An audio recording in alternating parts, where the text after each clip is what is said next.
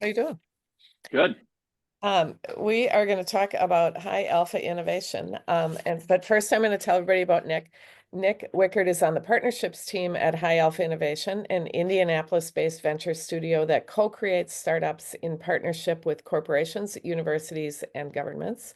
He was previously Senior Director of Risk Product Growth and Innovation and Managing Director of the Venture Studio at Northwestern Mutual.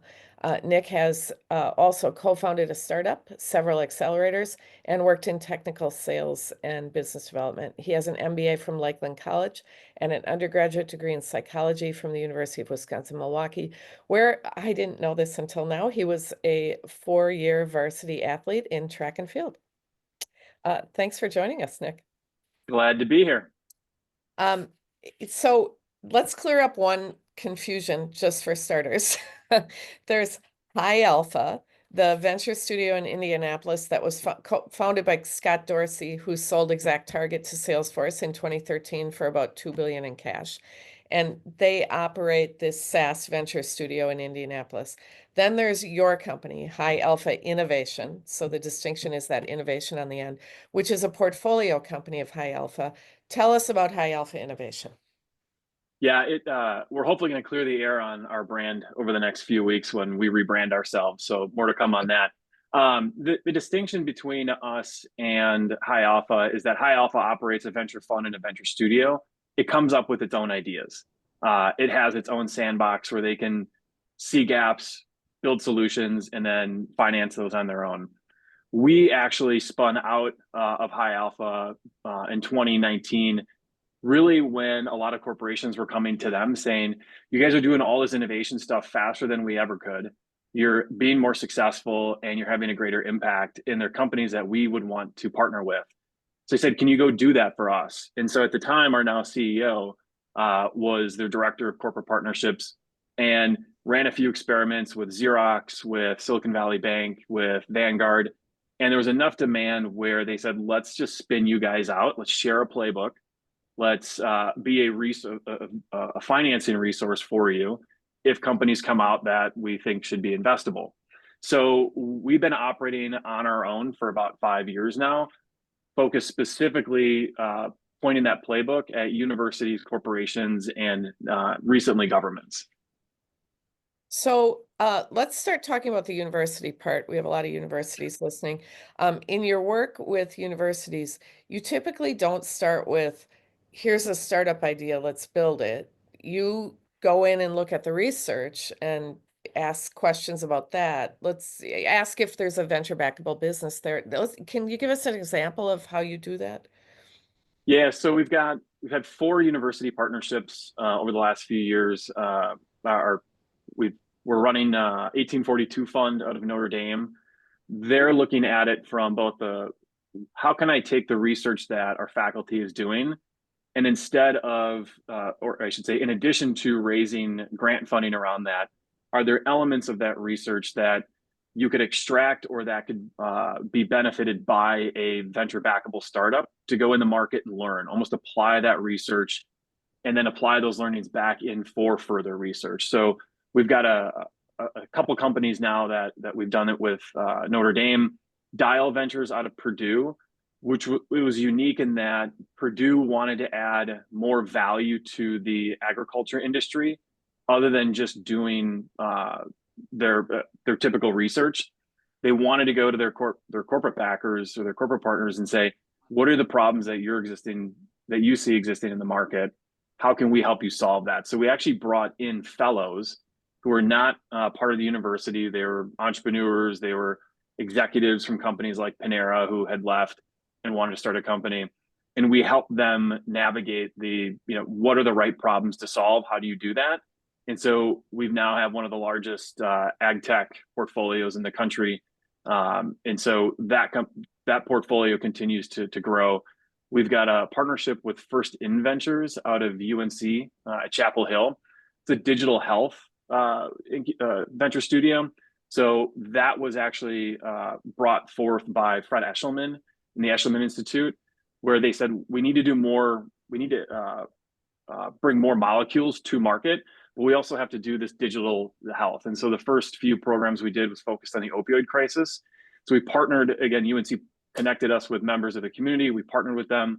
And the last was our first actually university experiment was with UW-Madison and the Wharf. So looking at technology that was either patented or was being pursued for patent. They wanted us to come in and assess, we can patent this thing, but is there a business model? And if there is a business model, what's the best way to commercialize it using venture capital and the playbook that we have? So it's not really this professor wants to do a startup, it's look at the research and figure out if there's a startup there. Yeah, because unless it's truly academic research, but what we're finding is a lot of universities want to push that research to turn into something. And the balance is how do you strike research that can be commercialized with the team to do it? And oftentimes the researchers, the PIs aren't the team to do it. So it's at that friction point where we step in and we actually bring in outside founders who typically become the CEO. That PI or that faculty stays engaged as a scientific advisor, a board member. They get a smaller percentage of equity. But we had this discussion in our breakouts.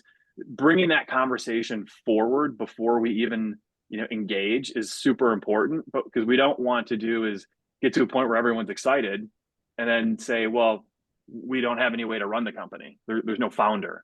And so we try to establish those ground rules up really early for things that are coming out of tech transfer offices, faculty, even students who are working through tech transfer offices.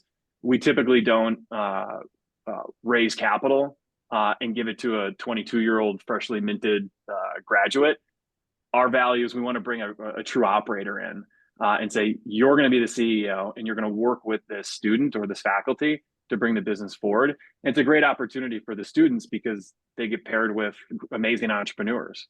So can you give us an example of a company that has come out of this process at one of these programs?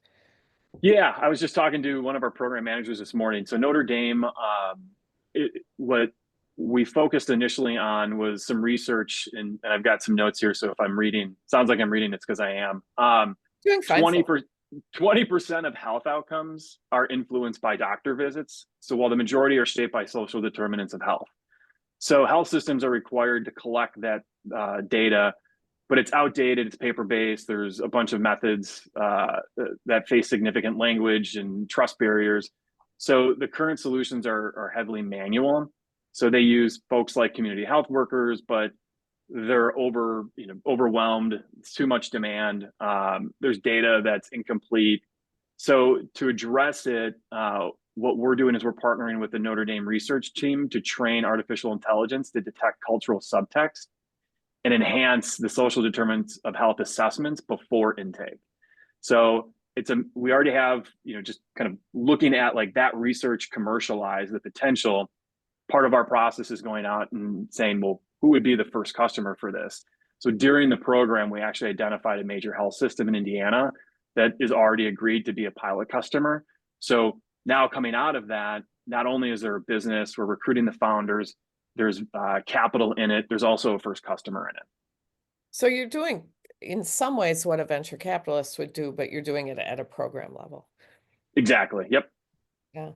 You also work with a lot of companies around the country, and it's interesting. Corporate innovation groups often try and surface innovation ideas by using like reverse pitch contests are very popular. But again, you guys take this different tack. You drill down into where the problems are. Tell us about how you do that. Yeah, so I think there's, when you look at venture capital, when you look at accelerators, it's a volume game. It's just by nature, if you're investing, you have to invest in the power law, which says 1 out of 10 is going to produce a return. When we're doing a venture studio, what we really want to do is say, how do we kill those 9 that we wouldn't invest in right away? And so part of that starts with really understanding and almost acting as a consultant with that corporate partner to help them navigate what are the problems we're solving and what are the problems we're solving in the sense of let's build a new company. There's lots of problems that they should and could just go build internally.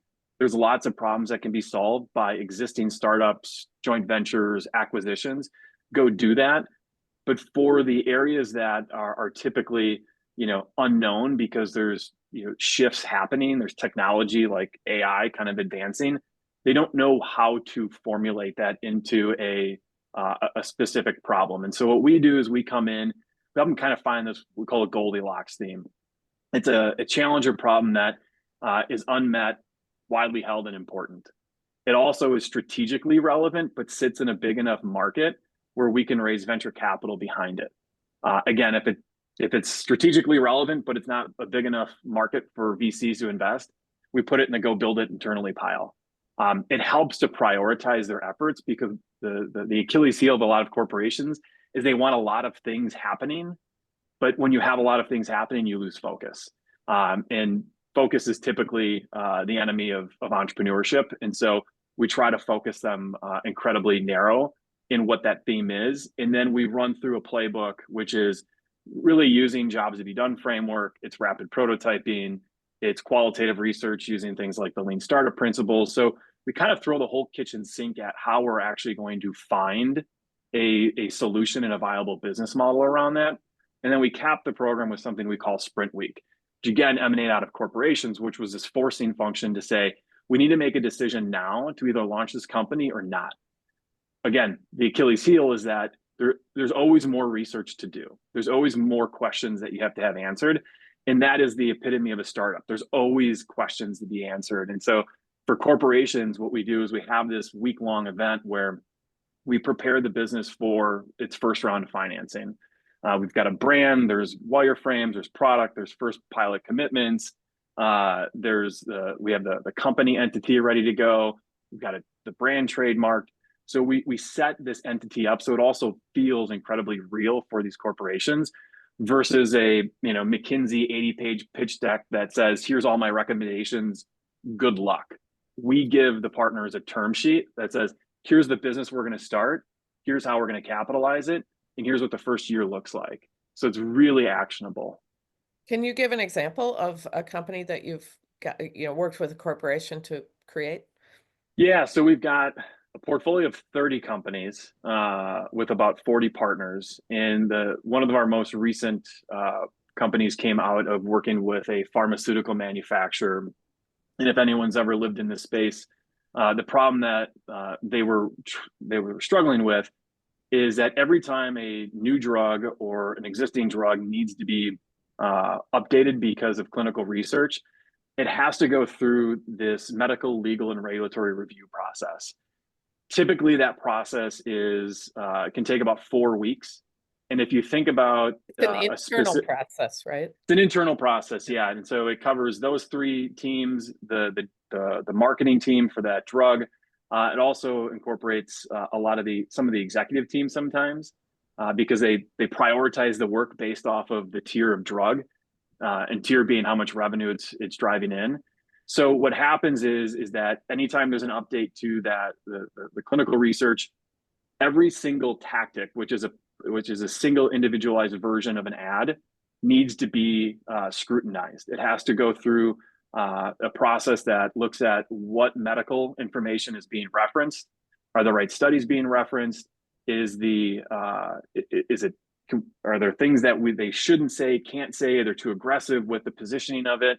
And they also have to look at what's called a TV ad or just a social media post, right? All the way through newspaper, magazine ads. Absolutely. It's everything that is considered a promotional marketing material for this drug. Right. Yeah. The most important thing they have to look at is fair balance rules. So are you marketing the benefits of this equally with the risks? And so what happens is you've got this about 20-person matrix team of people that go through cycles of reviewing these on PDFs, print them out, write their comments, their notes, scan them, send them back. And so that sounds awful. It's awful. And what it does is it slows down the marketability of drugs. You can't market a drug until it has this approval done internally and it's submitted to the FDA. So not only are manufacturers losing out on revenue, but medication can't be put in the market without it. So it's a huge problem. Most companies of any significant size will spend anywhere between $80 and $100 million a year on this problem or this process. So what we did is we came in and said, well, here's how we think the problem needs to be solved. After we mapped out this whole ecosystem, we went out to other pharmaceutical manufacturers. We went out to other VCs in the space, agencies who work with these pharma companies, and we verified or validated all of the assumptions that we had, created a whole bunch of new ones. But ultimately, what was created was a company we called Revisto. It's a platform where, as the marketing team is making the suggested design and content, it's providing real-time feedback based off of the FDA approved logo or label of that drug, as well as all the past historical comments that regulators have made in that drug. So what it does is it reduces the cycle time. So now what pharmaceutical companies can do is they can do far more personalization of advertisements, which is really important when you start to think about the conversations that physicians have with individuals in the office. And so the vision for this thing is it sits inside the EMR. So when you go and you get prescribed a medication, it's just not a promotional material that says, hey, this is for everybody. It's risk factors for you as an individual in your medical history. So And you it said gives them inside the EMR, that's electronic medical record that the physician's looking at when they're talking. exactly. So that's the vision of where the company wants to take it. Right now, it's sitting as an operational efficiency tool. But what ended up happening was we got a pilot with a large pharmaceutical company, and then right before the pilot was finished, they went out. The company Revisto went out and raised $4 million from Eli Lilly and a couple other tier one VCs, and so they accelerated quickly. It's a good way to put it. But I think what it shows is that when you can embed yourself inside of a company, what you can do is you can remove all of the noise and say, here's what you really need to focus on and build for that, versus placing a lot of individual bets and hoping that some of them pay off and some of them would be competitive with one another. So it's a different way to view it. But because we work individually with partners, we don't bet. We don't make 5 bets in one space and hope that one of them pays off. We make one bet and we try to kill all the potential variations of that and launch the one that we think has the most opportunity. That's a good lead into AI. You know, you have a lot of insights working with these companies about applying AI across a company's systems. Could you talk about that a little bit? Hot topic of the day, right? Yeah, it's definitely the hot topic. I took a couple notes down here. So I think the first thing is AI is a systems problem. It's not a single use tool. So for corporations, I think a lot of companies are thinking of it as a software add-on. And I think what it needs to do is it needs to be embedded into workflows, decision-making, governance, strategies. And if you don't have the right data infrastructure, AI can amplify the inefficiencies instead of solving them. And so there's there's different ways that AI can be used. I think the biggest risk isn't AI making mistakes. It's AI making mistakes at scale. And so when we think about, the classic MVP, really being focused on implementing AI in a particular niche of an area of a business and testing that versus trying to spread it like peanut butter over an entire organization, that's where you're going to see a lot of problems, and mistakes ultimately spread fast. And so the key is going to be designing AI with a human in the loop where necessary. And I don't think we can get rid of that. I don't think companies want to get rid of that. I think it's just a necessity. You're saying you want to spread it like peanut butter, or you want to don't want to spread it like peanut butter. No, focus AI in a very niche problem within that company, put a human in the loop and optimize it over time. Once it can be optimized, once the results and the algorithms and everything are known and you can understand why it's making the decisions it is, then you can start to scale that out. But just saying we're going to throw, open AI on top of our main, technology stack and make it better is a recipe for disaster, because there's too many variables that open AI then would be touching. And in the decisions it's making, the information it's using, you can't cross-reference where it's pulling from quick enough to know that it may be making a bad recommendation, especially if you're in a regulated industry. It's incredibly risky to do that. That's awesome. We are going to share the contact information for our speakers and everyone else who's been here today with you guys in the next day or two. Thank you so much, Nick, for talking about how you guys run these programs. And I know he's willing to take emails from anybody who's been here. So that will wrap it up for the huddle. And